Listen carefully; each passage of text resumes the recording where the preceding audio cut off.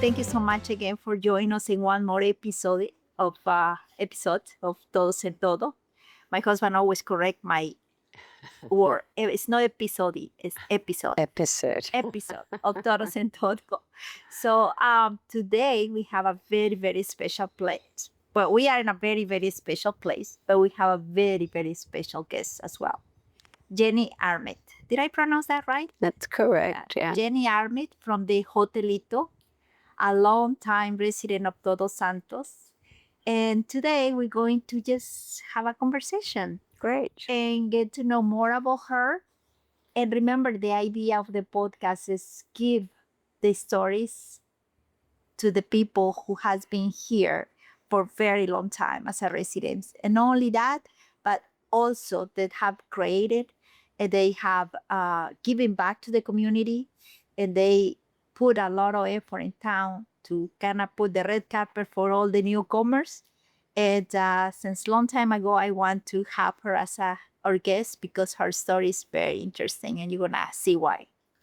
So thank you so much, Jenny, for joining us. Well, thank you. I really appreciate your time. Your house is beautiful. Thank you. By the way, for those who doesn't know, the Hotelito is just an amazing, beautiful 1 acre land with a super colorful and tasteful architecture. So I will leave you the link so you can look at it in the end of the podcast. But it's just weird. Feels so good here. So feels so relaxing. Good. Thank you. So let's start by asking. Let me start by asking where you come from. Introduce yourself. Okay. Originally, I come from London, but I grew up between England and Ireland, where my grandmother had a house. And then I went to boarding school in the country. And then I was very much a child of the 60s. I took to the road and I went to Ibiza in the 60s. And, you know, I was a little hippie, surprise. You strike me like you travel a lot. Yeah, I did a bit, actually. I've always liked being a foreigner. Because, you know, when you're in your own culture, you're completely comfortable. You know exactly how everything works. And when you're an immigrant, which is what I consider myself, you know, you have to really observe and rework things and make an effort, yeah, and just watch and So this I've lived actually in Todos Santos longer than I have lived anywhere else in my life. So this is home for you. This has been home for a long time. So when you arrived here? 2004, so 21 years ago. Yeah, I'm coming up for my 22nd year. Yeah. Why Todos Santos? I don't know. But you came by vacationing? Yes, I came. Yeah. I came to stay with some friends from Los Angeles. I was living in Los Angeles for a little while, and I had a ranch up in the foothills of the Sierra Nevadas. And I realized I didn't want to do that anymore. I was working as an interior designer, and I had a gallery in Los Angeles, and I didn't want it. I don't know. I thought it wasn't a town I wanted to grow old in. And I came to Todos Santos with friends who were originally who owned Casa Dracula in town. Yeah. And it was very different. It was really different then. And I thought, who would want to live here? You know, it was like horses and donkeys walking along the road. And I just thought, wow. And then I walked, strangely enough, down this road to the sea. And I was like, oh my God, this is so beautiful. The road to La Cachora, we call it, right? Yeah, exactly. Yes. And round to the beach. And I thought, oh my God, this is so beautiful. And I came back again in July, drove down with my daughter. And I don't know. And then I came back again and with a friend. And then we saw this piece of land. And I fell in love with it, but I didn't have any I didn't really have any idea what I would do, but I just thought it's such a great piece of land. It's really close to town. It's a walk to the beach. I kind of like being on the edge of things. Do you know what I mean? I like not being right in the middle of town. I like just being a little bit back. And then you've got it when you want it, but then you're back here. There was somebody said, "Did you have a business plan?" I was like, no. But let me back up a little bit. You Yeah. were, when you saw the land, you have already an idea of what you want to build? No. Or it was just to build your home? Or how the aspect of the business later? Well, I did the house first, and then yeah, I did this house, I did the other house, and then I thought What year was that? that was 2005, 2006. I finished, and I had I had a recurrence of the cancer I had, and I thought, oh well, I'll build the hotel. I want to have something, you know, to carry on with. And at that time, there really was very little here in the way of hotels, nothing. And I thought, I'll build a little tiny place that I would like to go to, you know. Right.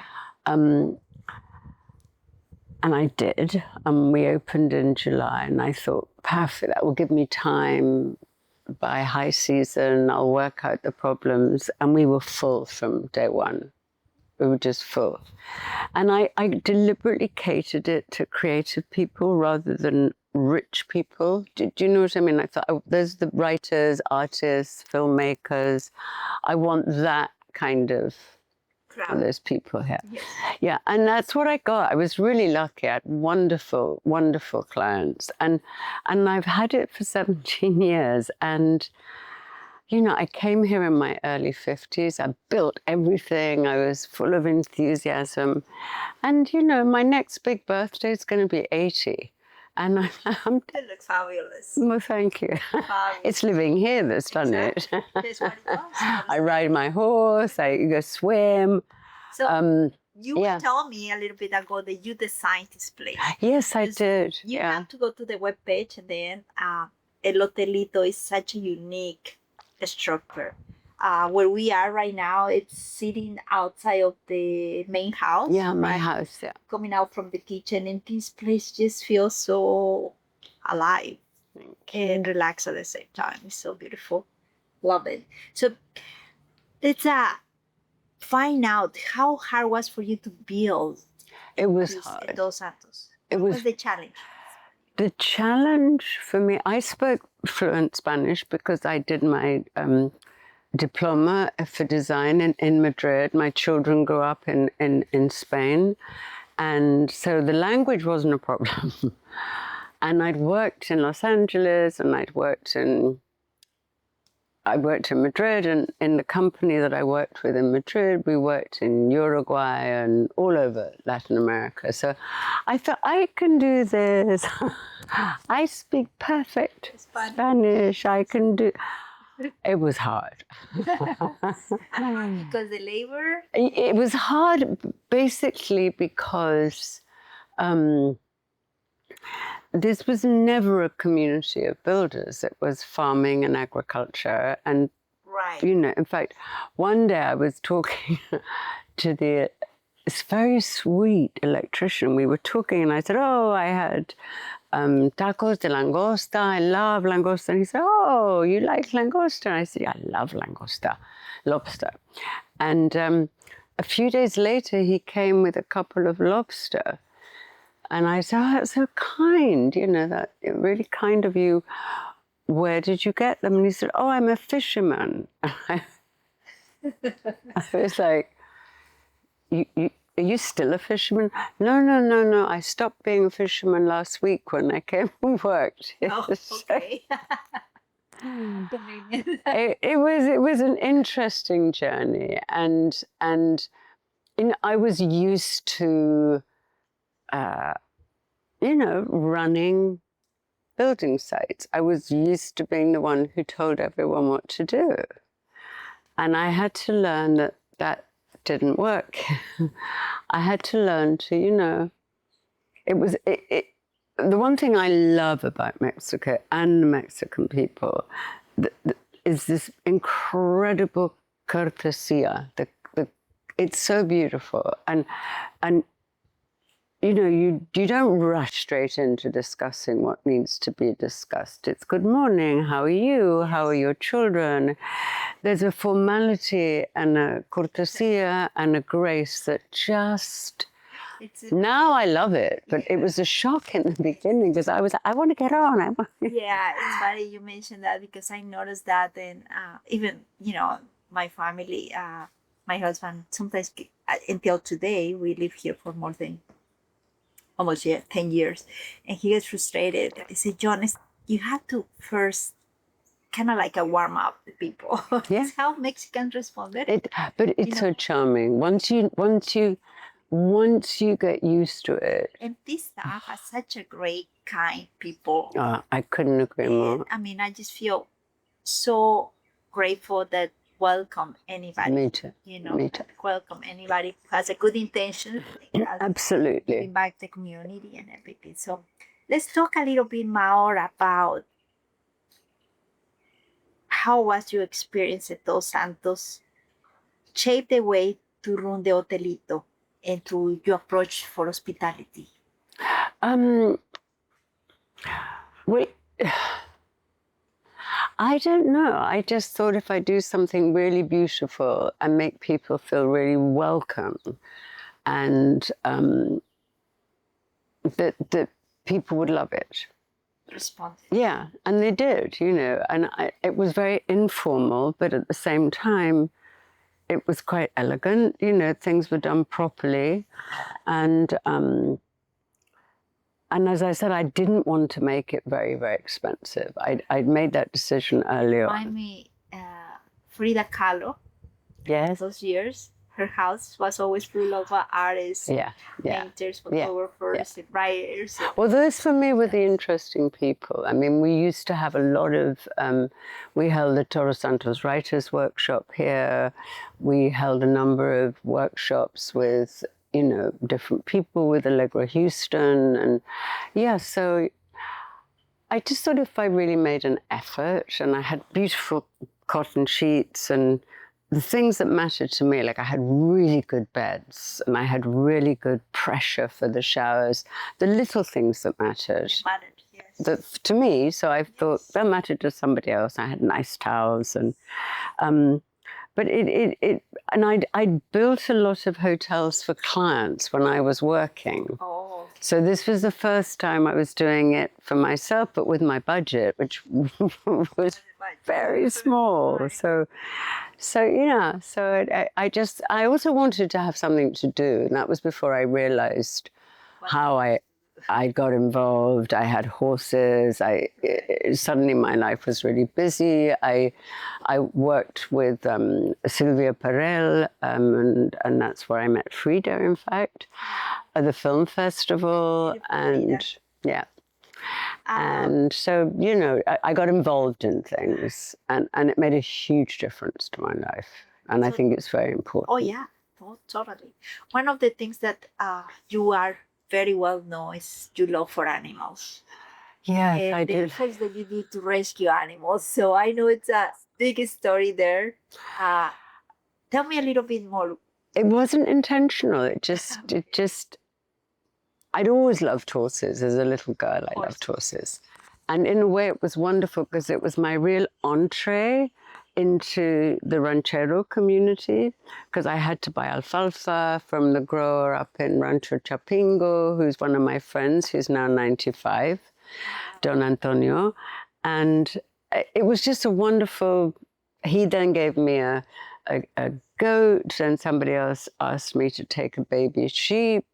I had to feed him with a bottle, you know, all night.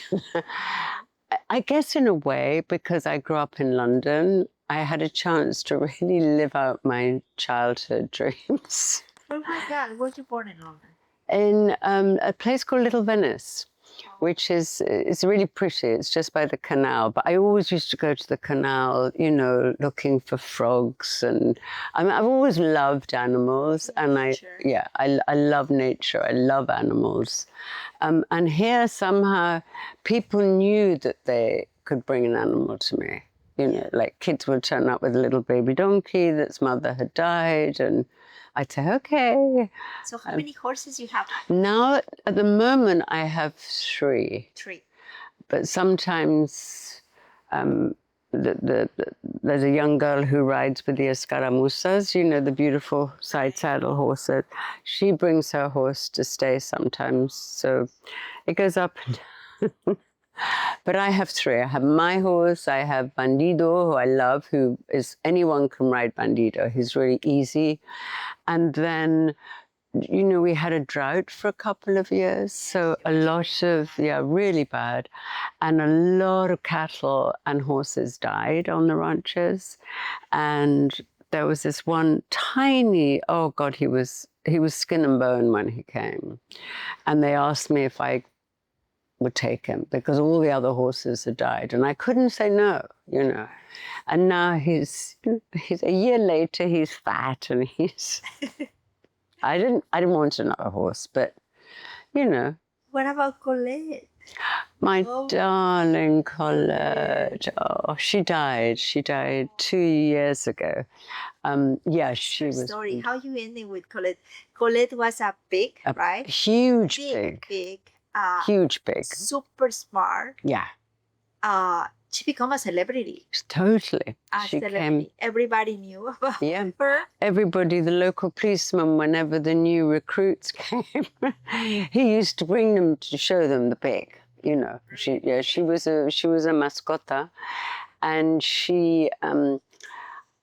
There are a lot of very creative people living in this community from other cultures.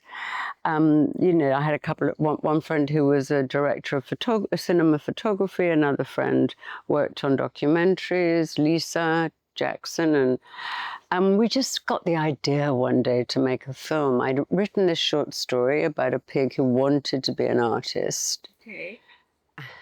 And we all got carried away. You know, we had so much fun. We made this film and about her wanting to be an artist and wanting to go to Madrid and wanting to go to the Jumex Foundation in Mexico. It was crazy. It was just us having fun. And then a wonderful woman said, why don't you have we weren't planning to do anything with the film. We just did it for fun. It's a little short film. And then this wonderful Spanish woman, Teresa, said, why don't you do a premiere? And I said, well, if we're going to do a premiere. I remember Teresa. Do you remember? Teresa was lovely. I love Teresa. And I said, well, if we're going to do it, let's do it for something other than our little ego thing. Right. And let's do it very seriously. And so we decided that we would donate all the proceeds to the Padrino, which I've worked, I worked for a long time as a volunteer. It's and I still, even though I stepped back because I'd been working, and I'm old, I thought, let the young mums come in and get involved in children's healthcare. I'm very passionate about it. And I still have the doctors to stay, when they do their genetics clinic, which is incredible that we have a genetics clinic here, nowhere else. Anyway, it's a phenomena. And so we decided we'd do the thing for Padrino. And Dylan, who is the director and the actor in the Rancho Teatro Pescadero, right.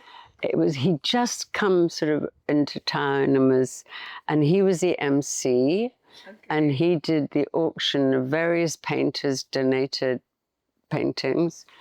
And Quirino Cota's daughter did the food in a big remolque, with wonderful tacos, and Baja Brewing sponsored us and brought a big beer thing. We did it very seriously. We had beautiful cross lights up in the sky. Yeah, it was like a Hollywood production. It was totally a Hollywood production. I saw Wendy Yeah. in a nice dress, Yes. long gown. Everyone dressed up. It was hysterical. It was actually a really funny night. But she raised a lot of money for Padrino. She raised something like $15,000 or $16,000 for Padrino, and then somebody had been here on a writing retreat, and she said, "Look, I'm the director of the Mill Valley Film Festival. Submit it. You know, I'd like to see the film." And she loved Colette, and so we submitted it. It was accepted, and it was just as COVID was starting, and everything went. And so she opened the documentary section, and then somebody from Newsweek came to interview the pig. No, she was all over Newsweek, Newsweek Japan, Newsweek Spain. Yeah, I know, it's hysterical. I mean, this pig is in Newsweek. Yeah. So how did pig behave? I mean, how she went around with people? Yeah, She's like. She was a prima donna. She was a prima donna. She really knew she was a movie star. Right. She was a big, great creature.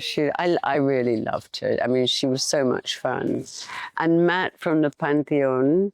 I mean, that's the thing about this town. They really are some extraordinarily talented people here. Yeah. They really are. It's quite, Yes, we are very fortunate that the people who come here, they always have some kind of talent. Yeah. Related to art, and it's great. That's the kind of people we want to hear. It's wonderful. There are some just extraordinary people here, and very generous people. And when I talked about being so involved with the Padrino, both Jess Flood and myself were sort of directors to help raise money and do things. I mean, I had a child who would not be alive today were it not for the fact that I lived in a country in England. We had an incredible socialized medicine. And so she should have died. She was in special care for a long time. And so the idea of a mother here not getting the help that was needed. And it's been amazing to watch Padrino grow. I remember when it started out in this little tiny office, Dr. Alejandra was seeing her patients in that room. And then the front room, the woman was giving out coupons for people to be able to afford to take their child to La Paz. It was really, people had no idea how hard it was. And from that, and what I'm really impressed by about it is that it's grown really exponentially. I mean, it's huge now. No, now it's a big. It's a really doing tremendous job. Incredibly important things. But what I love about it is that it grew from the needs of the community. It wasn't something that was imposed. Right. They did things when they realized that that's what people needed. And so it's, for me, it's. And usually when you donate or you do something, you don't see the results of it. It disappears into this massive organization. And with Padrino, you really see the results of what you're doing, because you see all these children who are, if we don't look after the children and their health, then forget education. If they're not healthy, it's going to be very hard for them to learn. So I do feel really passionate about it. And I got very involved in that for a long time. And I'm very glad I did. I still have the doctors who come to stay. But now I think it's time for the young. There are so many young people coming here now. It's changed. That's my next question, because we see this town keep growing. Yeah, really. And we having so many newcomers.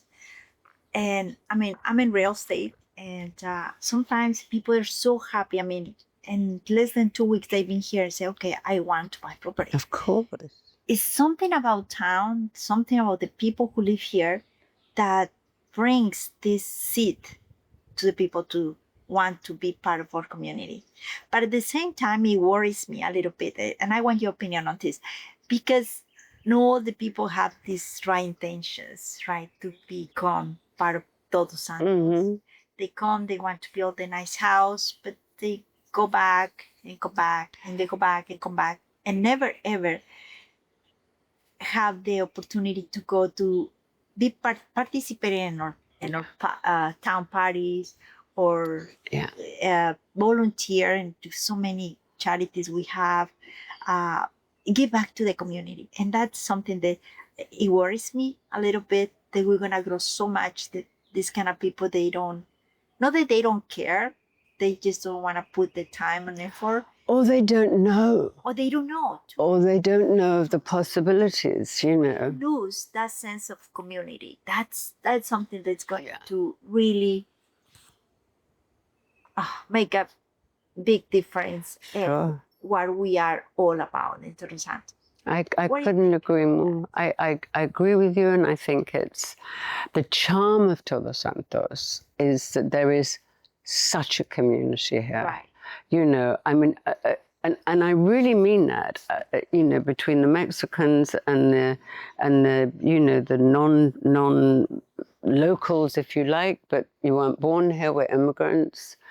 I don't like that phrase expat, because I think it's a very odd phrase. I personally find it very racist, because you don't call Mexicans working in Los Angeles expats. It's You have to have a white skin to be an expat. So I prefer to call myself an immigrant, because that's what I am. And I have been treated with nothing but kindness and such kindness. I mean, it's one of the things I love most about here, the people. As you said, they're really, really kind. And you lose that in a lot of cultures. I mean, England's not like this now. And yeah, and I do think that a lot of the people who are coming here now would like to get involved, but they don't necessarily know that there are opportunities to do that. And I actually think if you want to have a great time here, get involved in something that brings you into the Mexican community. Yeah. Because what a better way to be part of the community. yeah, and you meet belong, people. right. Exactly, you meet people, you get to know people. It's so funny. I was riding the other day with a young girl who's a really great rider, and we were riding up through, I don't know, we were going for miles together on the horses, and when we came back, she said, "My God, everyone knows you," and I was like, "Everyone says hola Jenny, ¿cómo está?" And I just said, "Yeah, but that's because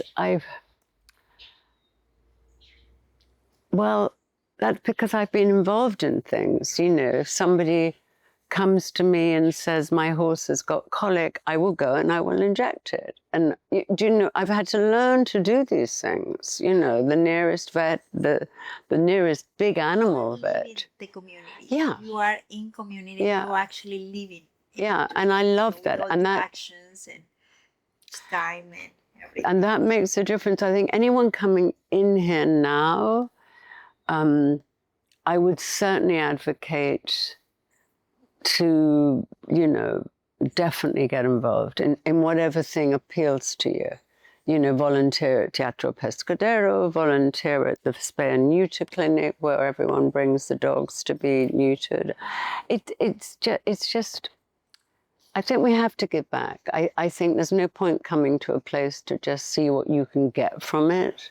Here's a question that I always think about. As the town keeps growing, you know, and the newcomers starting to shape the town, right? One good way or different way, I don't want to say bad way either. Do you think Todos Santos in the future will become a better version of what it is?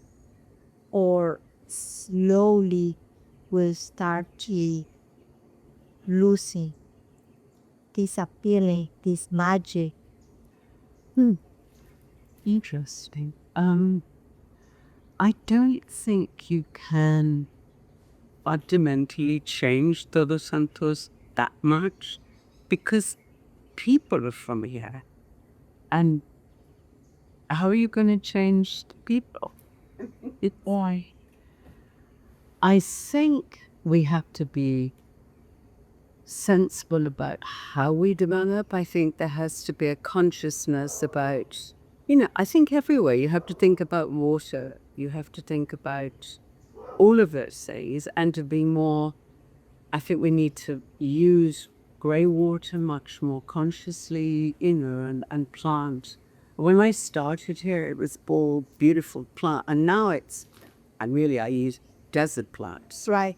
Little things like that I try to do, and I don't know. When I first came here, it was in the summer. It was a real luxury if you could find a carrot and an old cabbage to make something, right? And now everything's available, and I like that. I really love that. The organic farming, it's huge here, Right. and I love being able to get access to really good food, and I love that. I think it's going to be interesting where it goes in the future. I also suspect that more and more people will start to realize that all the things that we thought were important in life are not quite as important as we thought they were. How do you define success? How do you define luxury? I mean, my idea of luxury is to pick a mango off my mango tree, and Quality life. quality of life. And I think that's what this place has always offered. I think it still offers that. If the quality of the life you create, Right. can be as wonderful as you want it to be. Now, Yes. I mean, I choose to have courses. That's what matters to me. I really love that. And I haven't developed the land and done things. I mean, there's plenty of things to do there. But it's very difficult. I don't know. I do think that this place throws people out. Selva. I really do. I think it sort of edits who is going to stay and who won't stay. And I remember when I first came here, when I arrived, there were a lot of people leaving, old people like, oh, I am now, They were leaving, and I remember talking to somebody and her saying to me, well, it'll be interesting to see if you last. Was they And I was like, oh, okay. I didn't know what you were talking about. 20 years later? 20 years later. But I think if you're coming here thinking that you are recreating Malibu and building a big white house, Right. it's not Malibu, which is what I love about it. If you want that, stay. Yeah. If you want to explore and embrace another culture and enjoy what this place has to offer, you'll have a great time. But if you want to recreate what you've left, then why leave? It doesn't make any sense to me, Yeah.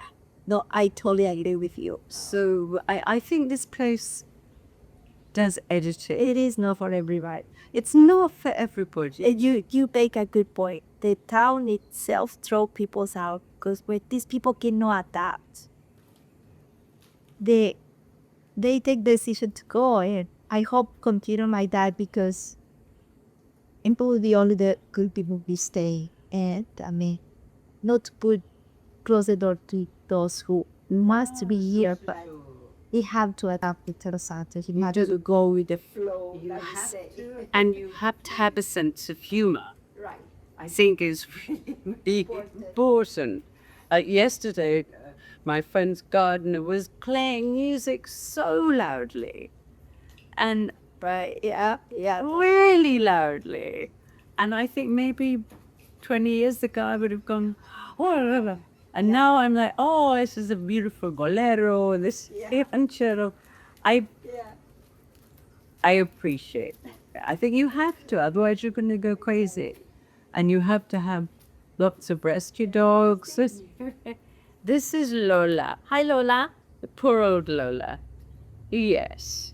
She's a little bit, as my mother would say, she's not quite a full box of chocolates. She's a bit in her old and, she's has a little bit of dementia. So, Jenny, knowing that King Place is for sale, Yes. you feel like you're closing this chapter. You like, I'm curious about what is next for you. What plans you have? I mean, you don't leave it Todos Santos for good. I couldn't. I could not leave Todos Santos. No, it would be impossible. You know, I have such a community here after over 20 years. And I didn't want to. I want to come back and So you want to have the freedom to travel. I want to be able to travel. And you know, the thing is that there's so much still to do here. And honestly, I just don't have the energy. Yeah, it is a big property. You know, It's it a large huge property. And I didn't want to have partners. I had some friends who came in and said that they would give me all the money to develop this and do that. And so I didn't want to. I mean, I don't have the ambition. I don't think at 75 you have the ambition. Right. So I think somebody young with that young energy can come here and create the next chapter and make it more beautiful. Because, for example, my land hasn't had insecticide and pesticides on it for over 20 years. It's 100% organic. There's been that this for the right person, this is a magical place. And if I were 20 years younger, I would be extending the hotel because there's loads of space to do that. plenty space. Yeah, loads of space. I just, honestly, everyone kind of says, oh, 70s, the new, I don't know, 70s the new 50. It isn't. It's like, Oh, I know. I'm not, it's fine. I totally accept it. I'm really happy that, and having survived cancer, I'm so privileged that I'm here and I still ride my horses and I'm still very physically active. But it's time. I do want to spend more time with my children in England. They want me to spend more time there. But I can't see me never not. I'm going to have my little camper, on some friends' land here, and I'll come and I'll stay for a month or two. And write and read and I could not. If I thought I'm not going to come back, I would be heartbroken. It's been. Oh, that's nice to hear. It's been a big, big, big part of my. That's good to hear that because people like you, it's such a big part of the community. No, I love it. And always trying to help. Is it before the move? Which is taking forever. No, I mean that. So talking a little bit about, because every time I think about who I can interview for Todos Santos, for the Todos Santos podcast, right? People throw names, right? Yeah. And your name was always coming in. How funny. So what a legacy you want to give here, Todos Santos? Well, you're a very well-known person. I think my pig is much better than actually. I think there is the one. What legacy? Well, I don't know that I even think very much about legacy, but I'd like people, if they think anything of me at all, to was that I hope I gave more to the community than I took. I really do, because this place has been so kind to me. I mean, honestly, it's been so kind. When I was recovering, from cancer, Tregalini would send me food. Alex, who was a triage doctor with the Médecins Sans Frontières, with the Doctors Without Borders, would come and how can you replace that generosity? I mean, they've had such a kind time. And in fact, it was really funny that the day of the elections in America, and I'm not going to get into politics, but I am. Please. The day of the elections in America, when Mr. Trump was elected, I was very sad. I was sad. That's my prerogative. I'm English. And I went to Salgalos, where I'd worked for a long time organizing food during COVID. There were a few of us. There was Serena Salksman, Sarah Teal, Jess Blood, myself, worked on something called Segunda Canasta, of making sure that there was food every week for people, and Salgados were fantastic. It was a real community effort. We fed over 200 families, that needed food, and we kept it very, very private. We didn't want publicity. Now I can say it. It was 5-6 years ago. But I was at Salgados, and I would buy some pumpkins for the pigs, and I dropped one on my foot, and they'd be, Oh my God. and I screamed with pain, and I was feeling a bit emotional anyway. And suddenly there were 4 or 5 people around. The chair appeared for me to sit on. Somebody came with some ice, and then I was fine. It was just, it hurt when it happened. Of course. And then 2 men offered to carry my shopping to the car, and I got in my car, and this sounds ridiculous, but I just cried. And I went by Jess Flat's house, and I said, Jess, I had the most extraordinary experience. And I don't know, it's, I know I'm going to sound like a crazy old hippie, and okay, but it was such a powerful contrast in what was going on here, and how if you're an older person, you're nurtured and cared for and looked after, and what one was about to see in El Norte. It was a very powerful moment for me. Very emotional times. It was very Everybody were in Yeah. with emotions by here. But what was so touching is that the kindness. Exactly. The kind of that you balance as a Right. response, right? You what price you put on that? What price? Yeah. No, totally. And it's a very nice place to grow older. Yeah. I mean, if I didn't have children in England, I don't think I'd be going, because people are so nice to you. When you're Yes. old. Yes. I see it in my mom. I take her grocery supplies, and she insists, she's 87, she insists to get excited by herself. But she can barely walk with a cane. But I want to give her that opportunity because she's be very proud. independent. Yeah, I love pride. It's okay, I'm going to drop you here. She goes, in the minute they see her, it's the same borders, I'll go with her, carry that canasta. And she's like, do this, and that. So I go down, park the car, go in, oh, thank you very much. I hear you. It's really special. It is. If you travel, and I do travel a lot, and I go to England, and I love, I do love the English sense of humor. So I'm always very comfortable when I'm in England, and my children are there, my stepchildren. I have very old friends and stuff. But they don't have the time in the way that here people have time to make sure you're okay. And that is it. That's going to be hard to replace. It really is. I mean, so that I don't think will change in Todos Santos. There is a real respect for women. There's a real respect for old women, because everyone loves their grandma, their abuela, their mama. Oh, yeah. Very family oriented. Very family orientated, and I've met kindness. Like, people say, don't you feel a bit frightened? Don't you feel? And I'm like, are you serious? I've lived here for 20. I've never had a problem. I've broken down on the highway driving to Los Angeles. I remember coming down with an Australian friend of mine in very early days, but I'd made the journey a few times, and we shredded a tire on the new road that was being built. And she was like, oh my God, what's going to happen? And I was like, somebody's going to come along and help us.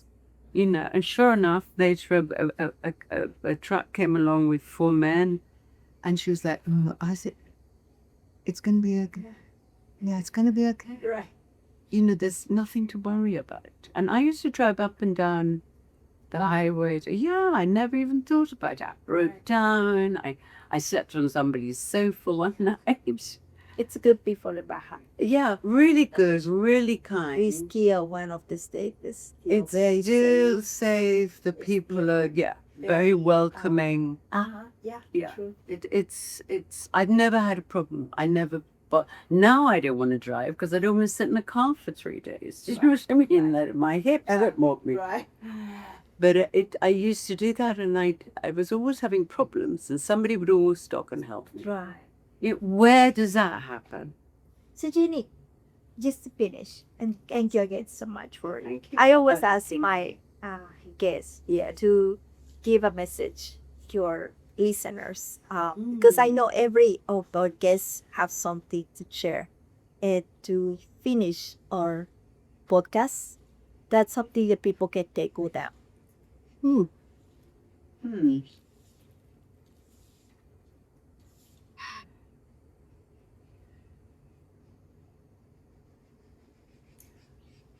I think appreciate where you are, and try and see what you can do to improve things for people, make things faster, if you can.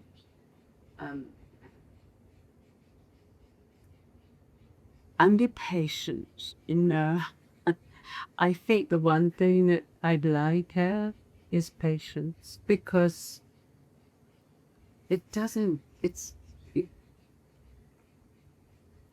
nothing's that important. You know what I mean? You're not going to die if it doesn't happen then. And I've learned that, and all those jokes about mañana, it's true. It's true. Does it really, really matter if it happens today, or if it happens mañana? That awful sense of urgency we have in with sort of other countries. So I hear it that yeah. My husband call it La Tierra del Mañana. Aquí todo es mañana. And the other one that used to make me laugh was hoy. I used to think that hoy meant now. No. Hoy, but I don't know what time. Ahora, hoy, o mañana. ¿Qué significa ahora? And it used to make me laugh because I realized that my understanding of ahora, hoy, is like now, today. Well, maybe not. So I think the sense of humor, patience, and a desire to give something back to this community, because as a foreigner, as an immigrant, it gives us so much. I've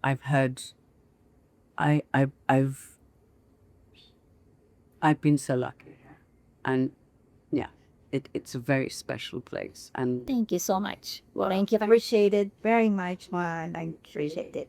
And thank you all of you for joining me today again. And please subscribe to our channel. I want to mention that Frida, she's behind that camera, but she's one of the greatest talented young girls in Todos Santos that does film. yeah, absolutely. I remember Frida here with Pierre and all those young people who were involved in the film thing. I'm very lucky to find You are no super have her expertise. Thank you, Frida. And thank you all of you. See you in our next episode.